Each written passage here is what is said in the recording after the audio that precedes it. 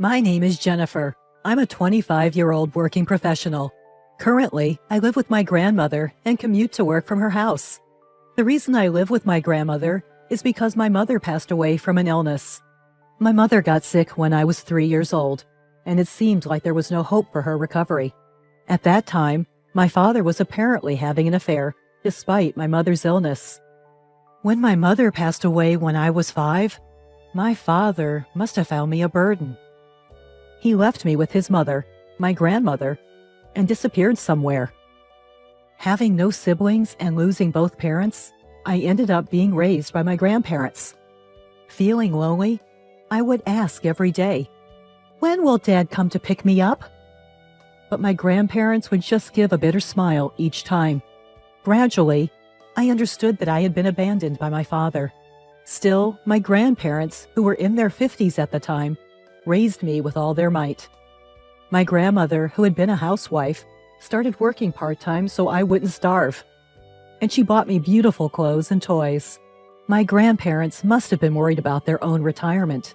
But when I was about to take my high school entrance exam, my grandmother said this to me: "You don't have to be fixated on going to a public high school. Go wherever you want." "But if I do that, I'll be a burden on you and Grandpa." "It's okay. We still have some savings." "No, I'll try my best to get into a public high school. I'll definitely pass, so please support me."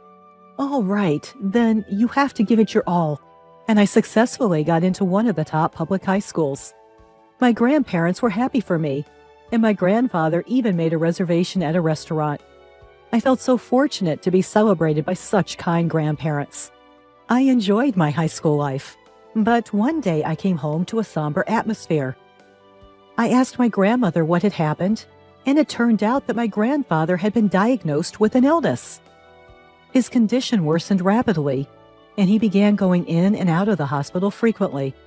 At that time, my grandfather had retired, so my grandmother had to support the family by working multiple part-time jobs. His hospital bills were covered by life insurance, but then my grandmother became unable to work due to exhaustion. That's when she decided to seek help from the government and went to the city office. Yes, she applied for public assistance. The process seemed very complicated, but somehow the application was approved. However, I spent my days wondering what would happen in the future. The high school I attended was a college prep school, so everyone went on to college. I was surprised to hear at the city office that welfare households could not go to college unless they separated their households. However, separating households also reduces the welfare benefits, which is tough. I wanted to go to college, but it was also difficult to go that far, so I decided to work as soon as possible to repay my grandparents. My grandmother tearfully said to me, "I'm so sorry this happened. It's all because of your father. It's because I didn't raise him properly." "It's not like that. Grandpa and Grandma took good care of me. I'll work hard, so don't worry." "I feel so pathetic. You wanted to go to college, and now I'm sorry." Then I got a job at 18. By that time, I was able to make a living without welfare. However, my grandfather's condition was already deteriorating, and he was told he only had a half a year left. In the end, he left me with these words: "Jennifer, I'm sorry for all the trouble." "Grandpa, it's not like that." "Please take care of your grandma." "I love you." "Grandpa!" After cremating my grandfather, I worked even harder. I worked a lot of overtime so my grandmother wouldn't have to work part-time anymore. Time flew by, and I turned 25. I was so busy every day that I didn't have time to have a boyfriend. Besides, I couldn't be proactive in love because I thought I might have a handicap from being abandoned by my father. Then one day, I got a call from someone. It was about my father, whom I hadn't been in touch with for a long time, had passed away. He died in a traffic accident. He was my biological father, but I didn't feel a shred of sadness. My grandmother didn't show any signs of sadness either, even though her own son had died. Well, maybe she was actually sad, but she might have hated her son for having an affair and leaving his child behind. It seems my father had told his remarried wife the address of our house. So his remarried wife came to visit our house and said this. Well, John has passed away, as we've already informed you, but now there's an issue with the inheritance. Would you mind relinquishing your inheritance rights? We don't have any children, so it turns out you also have rights, which is a problem for us. Well, that's fine. I never really thought of him as my father anyway. I don't need anything now. Great, so you'll relinquish. Wait, I'm not giving up my rights. What? I'm asserting my rightful claim. While it's true that I have mixed feelings about my son's death in a car accident, I can't say I'm not sad, but I'm much angrier that he abandoned young Jennifer to go to you. So of course, I'll assert my rights. Is that all you wanted to say? Yes. Then please leave. My grandmother smiled at me and said, that was the right thing to do. And the woman left. Apparently, my father and his second wife had no children and lived a lavish lifestyle together. It seems my playboy father was quite the entrepreneur. He made a fortune in the real estate business. After that, my grandmother called a relative. He happened to be a lawyer. She seemed to be asking if he could mediate the inheritance issue, as she didn't want any conflict. Soon after, that relative uncle came to our house. He agreed with my grandmother. Inheritance disputes can get messy, but in this case, I think you're right, Grandma. Why? I don't want any of the money left by the father who abandoned me. It's tainted. But Jennifer, your grandma did her best to raise you. She put you first, above her own retirement plans. I know that. And don't you think she resents the woman who seduced her son? Don't you agree? I understand how you feel, Jennifer, but let's try to be more mature about this. Okay. I have been stubbornly refusing my father's inheritance, but I started to reconsider. Money they could have saved for their retirement. Raising me must have cost my grandparents a lot of money. They must have spent a lot of money to raise me, although I am sure they were saving for their retirement.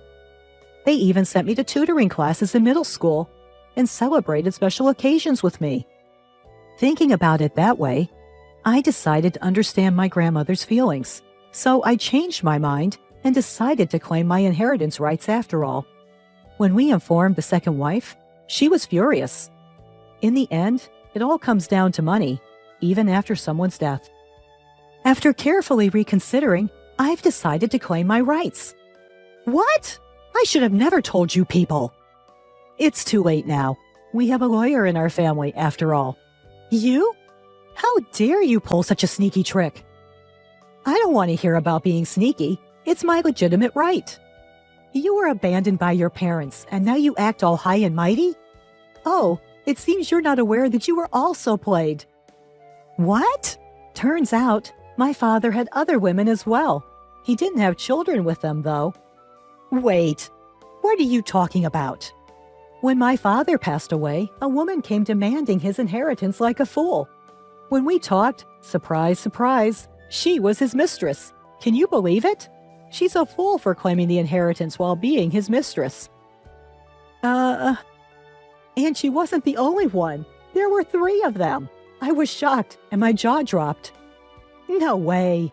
Well, at least they didn't have children. I'm going to claim a significant portion of the inheritance. That's my inheritance. No, don't be selfish. It's mine too, LOL. The remarried wife was sobbing. Of course she would be.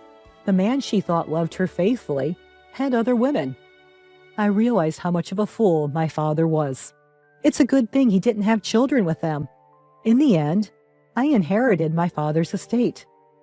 At first, I didn't want anything from such a father, but I had to understand my grandmother's situation better. I gave the money to my grandmother saying, please use it for the future.